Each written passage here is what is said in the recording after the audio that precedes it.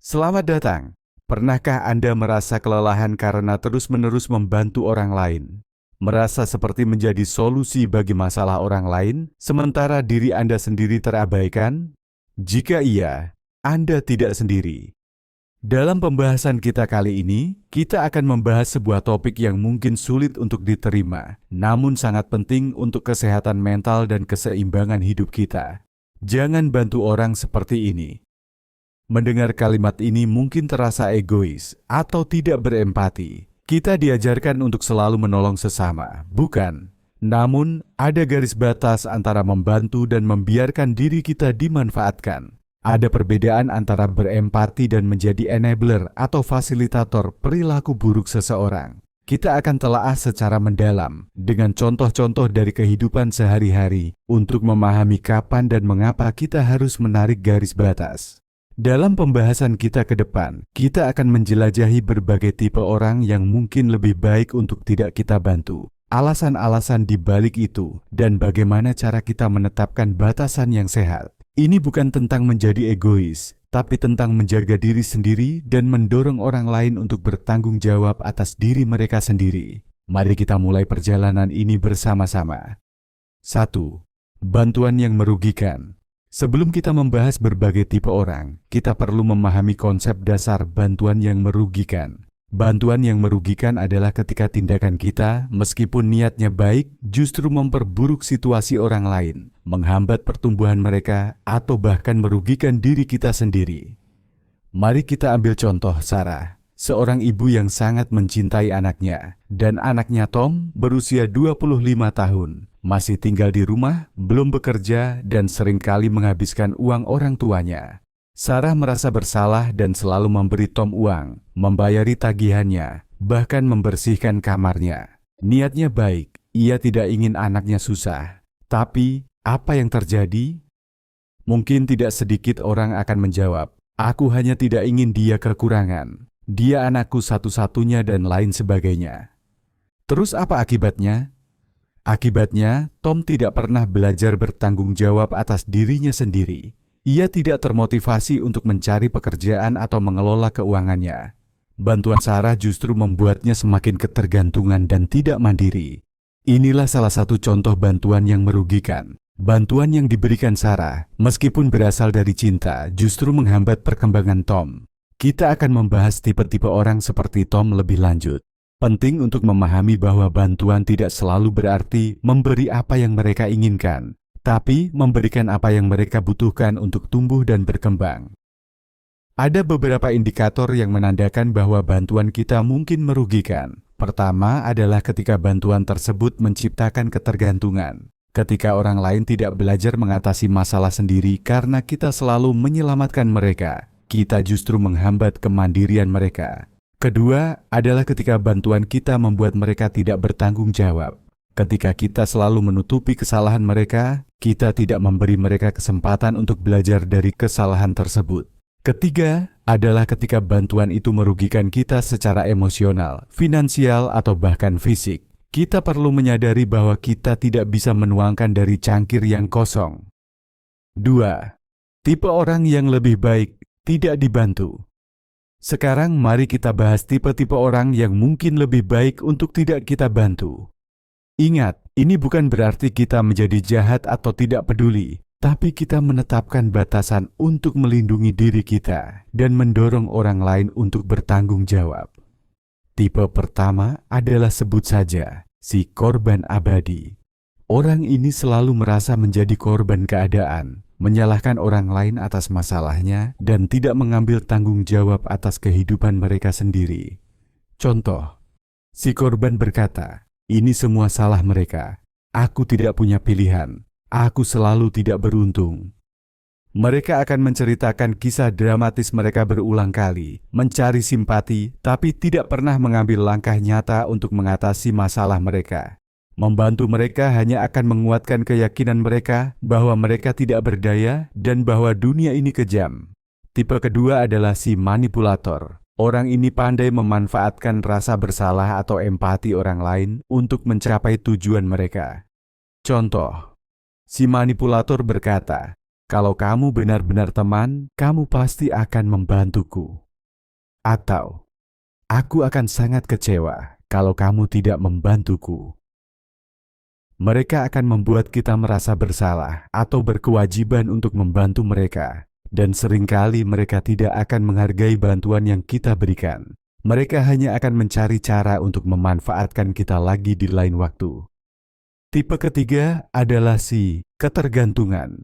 Seperti Tom di contoh sebelumnya, mereka selalu bergantung pada orang lain untuk menyelesaikan masalah mereka dan tidak pernah berusaha untuk mandiri.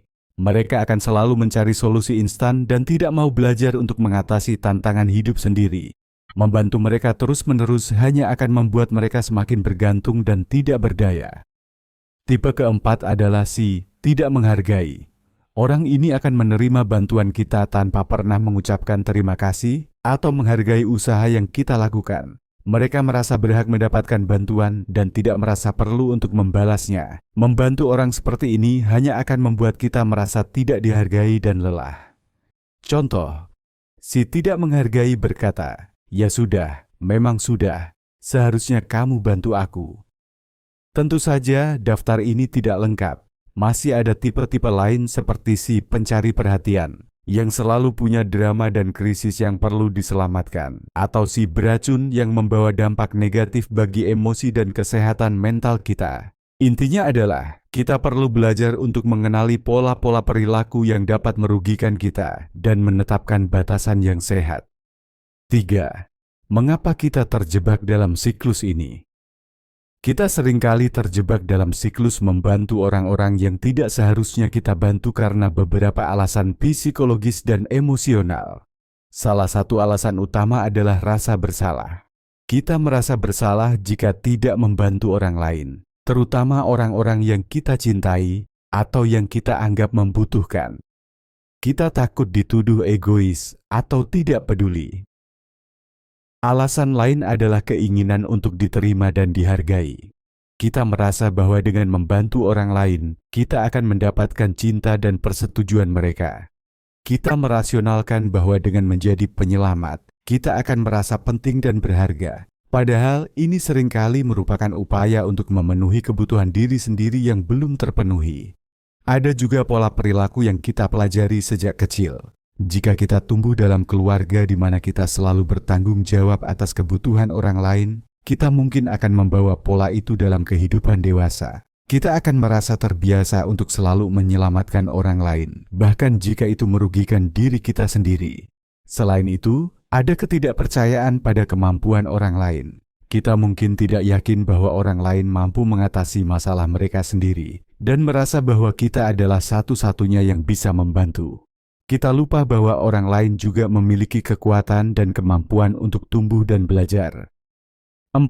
Menetapkan batasan dan mengatakan tidak. Jadi, bagaimana cara kita memutuskan siklus ini? Kuncinya ada pada menetapkan batasan yang sehat dan belajar mengatakan tidak. Ini mungkin terasa sulit pada awalnya, tetapi ini penting untuk kesehatan mental dan keseimbangan hidup kita. Pertama, kenali dan hargai kebutuhan diri sendiri. Kita tidak bisa membantu orang lain jika diri kita sendiri tidak sehat. Prioritaskan kebutuhan fisik dan emosional kita. Kedua, belajar untuk mengenali pola-pola perilaku yang merugikan. Ketika Anda merasa dimanfaatkan, lelah, atau tidak dihargai, itu adalah tanda bahwa Anda perlu menetapkan batasan. Ketiga, mulailah dengan mengatakan tidak dengan sopan dan tegas. Anda tidak perlu memberikan alasan yang panjang lebar. Kalimat singkat seperti, "Maaf, aku tidak bisa membantumu kali ini." Sudah cukup. Keempat, berikan solusi alternatif jika memungkinkan. Daripada terus-menerus membantu mereka, arahkan mereka ke sumber daya yang lebih tepat, seperti terapis, konselor, atau program pelatihan. Contoh, bayangkan seorang teman terus-menerus meminjam uang dan tidak pernah mengembalikannya. Daripada terus meminjamkan uang, Anda bisa mengatakan, "Maaf, aku tidak bisa meminjamkan uang lagi. Mungkin kamu bisa coba mencari cara lain untuk mengatasi masalah keuanganmu, seperti mencari pekerjaan sampingan atau menghubungi konselor keuangan." Kelima, latih diri untuk tidak merasa bersalah. Ingat bahwa Anda tidak wajib untuk selalu membantu orang lain. Anda berhak untuk menetapkan batasan dan menjaga diri sendiri. Menetapkan batasan adalah bentuk cinta diri, bukan egoisme. Dengan menetapkan batasan, kita tidak hanya melindungi diri sendiri, tetapi juga memberi orang lain kesempatan untuk belajar bertanggung jawab atas diri mereka sendiri. Kelima, dampak positif dari menetapkan batasan. Mungkin terasa sulit pada awalnya, tetapi menetapkan batasan yang sehat akan membawa dampak positif yang signifikan dalam hidup kita. Pertama, kita akan merasa lebih berdaya dan mengendalikan hidup kita. Kita tidak lagi merasa dimanfaatkan atau dikuasai oleh kebutuhan orang lain. Kedua, kita akan memiliki lebih banyak energi dan waktu untuk fokus pada diri sendiri dan tujuan kita. Kita tidak lagi menghabiskan energi untuk menyelesaikan masalah orang lain. Ketiga, kita akan membangun hubungan yang lebih sehat dan jujur dengan orang lain. Kita tidak lagi membiarkan diri kita dimanipulasi, dan kita akan menarik orang-orang yang menghargai diri kita. Keempat, kita akan menyaksikan orang lain tumbuh dan berkembang. Dengan tidak terus-menerus menyelamatkan mereka, kita memberi mereka kesempatan untuk belajar dari kesalahan dan mengatasi tantangan hidup. Ini adalah perjalanan, bukan tujuan. Mungkin kita akan membuat kesalahan di sepanjang jalan, tetapi yang penting adalah kita terus belajar dan berkembang. Kita tidak bisa mengubah orang lain, tetapi kita bisa mengubah cara kita merespons mereka. Ingat, tidak apa-apa untuk mengatakan tidak. Tidak apa-apa untuk memprioritaskan diri sendiri. Dengan menetapkan batasan yang sehat, kita tidak hanya melindungi diri sendiri, tetapi juga membantu orang lain untuk tumbuh. Terima kasih sudah menonton. Jangan lupa subscribe dan menyukai video ini jika kalian suka. Tinggalkan komentar di bawah, bagaimana pendapatmu? Bagikan video ini pada orang terdekatmu jika video ini bermanfaat.